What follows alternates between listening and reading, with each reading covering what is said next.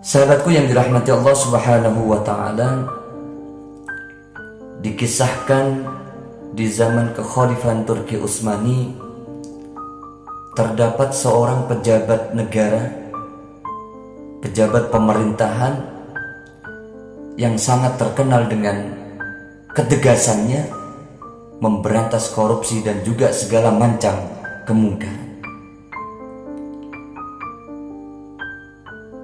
Di masa pemerintahan tersebut beliau berani mengubah kebijakan dan juga melarang peredaran yang namanya khamr dan juga tembakau. Dan bahkan beliau tidak segan-segan untuk memerintahkan hukuman mati bagi mereka yang melanggar aturan-aturan tersebut. Beliau adalah Sultan Murad Ahmad atau Sultan Murad IV. Sahabatku yang dirahmati Allah Subhanahu wa Ta'ala, Sultan Murad ini mempunyai kebiasaan mengawalkan tidurnya atau tidur di awal waktu guna untuk malamnya bisa melaksanakan sholat, lalu mendoakan dirinya, mendoakan keluarganya, mendoakan sahabat-sahabatnya dan juga masyarakatnya, memohonkan ampun untuk dirinya, keluarganya, sahabat-sahabatnya dan juga masyarakatnya. Subhanallah. Namun suatu ketika Sultan Murad ini akan melakukan tidur di awal waktu, akan tetapi beliau merasakan kegundahan, beliau merasakan kegelisahan yang sangat luar biasa. Lalu beliau terbangun dan memerintahkan kepada pengawalnya untuk melakukan belusukan. Dan seperti biasa, beliau melakukan penyamaran agar tidak dikenal oleh rakyatnya, tidak diketahui oleh warganya ataupun rakyatnya. Beliau melakukan belusukan, melihat-lihat,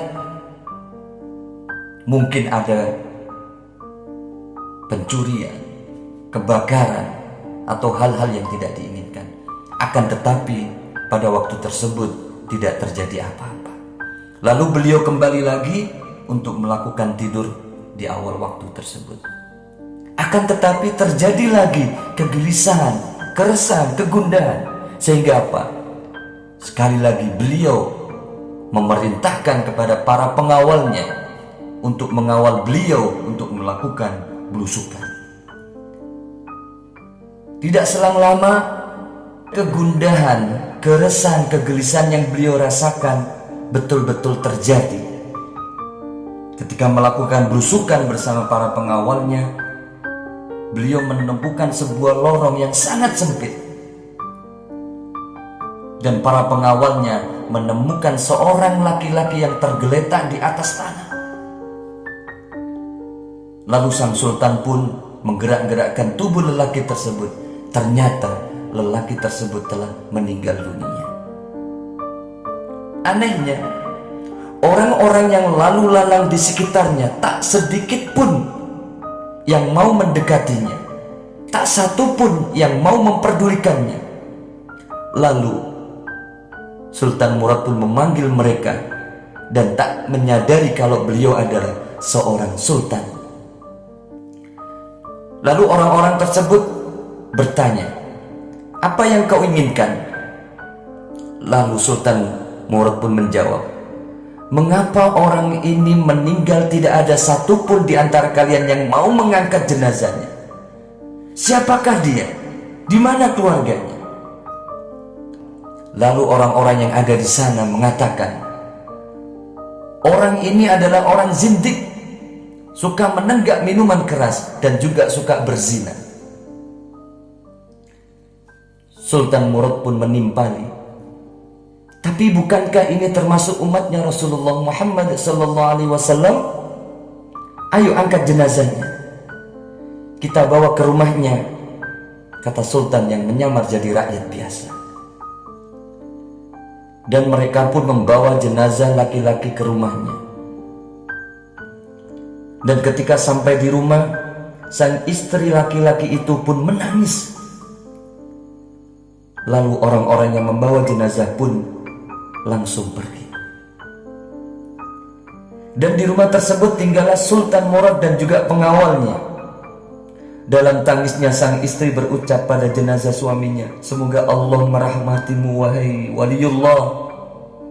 Aku bersaksi bahwa engkau termasuk golongan orang-orang yang soleh." Mendengar ucapan itu, Sultan Murad pun kaget. Bagaimana mungkin dia termasuk walinya Allah, sementara orang-orang membicarakan tentang keburukan dia. Sampai-sampai mereka tidak peduli dengan kematiannya. Sahabatku yang dirahmati Allah Subhanahu wa ta'ala. Lalu sang istri pun menjawab, "Sudah kuduga, pasti akan begini," katanya.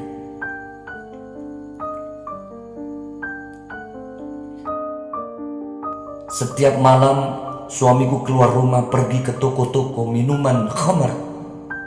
Dia membeli minuman khamar tersebut sejauh yang ia mampu, sejauh dari uang yang ia punya. Kemudian minuman-minuman khamar tersebut dibawanya ke rumah, lalu ditumpahkannya, dibuangnya, sambil berkata, "Alhamdulillah, aku telah meringankan dosa kaum muslimin." Dan dia juga selalu pergi menemui para pelacur, wanita-wanita penghibur.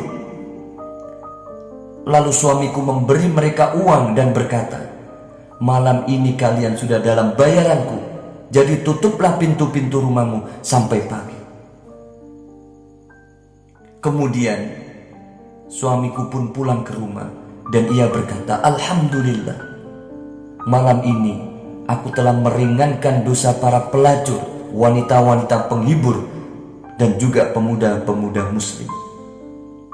Orang-orang pun hanya menyaksikan bahwa ia selalu membeli khamr dan menemui para pelacur, wanita-wanita penghibur. Lalu mereka menuduhnya dengan berbagai tuduhan dan menjadikan buah bibir di masyarakat. Suatu kali aku pernah berkata pada suamiku, "Wahai suamiku, kalau engkau mati nanti, pasti tidak akan ada kaum muslimin yang mau memandikan jenazahmu, mensolati jenazahmu, menguburkan jenazahmu." Lalu suamiku hanya tertawa dan berkata, "Jangan takut wahai istriku, bila aku mati nanti, aku akan disolati oleh sultanku, sultannya kaum muslimin, para ulama dan juga para wali." Mendengar cerita itu, Sultan Murad IV pun menangis dan berkata, "Benar, demi Allah, akulah Sultan Murad." Dan pada waktu itu juga Sultan Murad memandikannya, mensolatkannya, dan menguburkannya. Bahkan pada waktu itu Sultan Murad pun memerintahkan kepada pejabat, qadhi, hakim, pejabat-pejabat tinggi, rakyatnya untuk ikut mensolatkan, ikut menguburkan jenazah laki-laki tersebut. Maka sahabatku yang dirahmati Allah Subhanahu wa ta'ala, akhirnya prosesi penyelenggaraan jasad laki-laki mulia itu dihadiri para aulia, dihadiri para sultan, para ulama, para wali Allah, dan juga seluruh masyarakat pada waktu tersebut.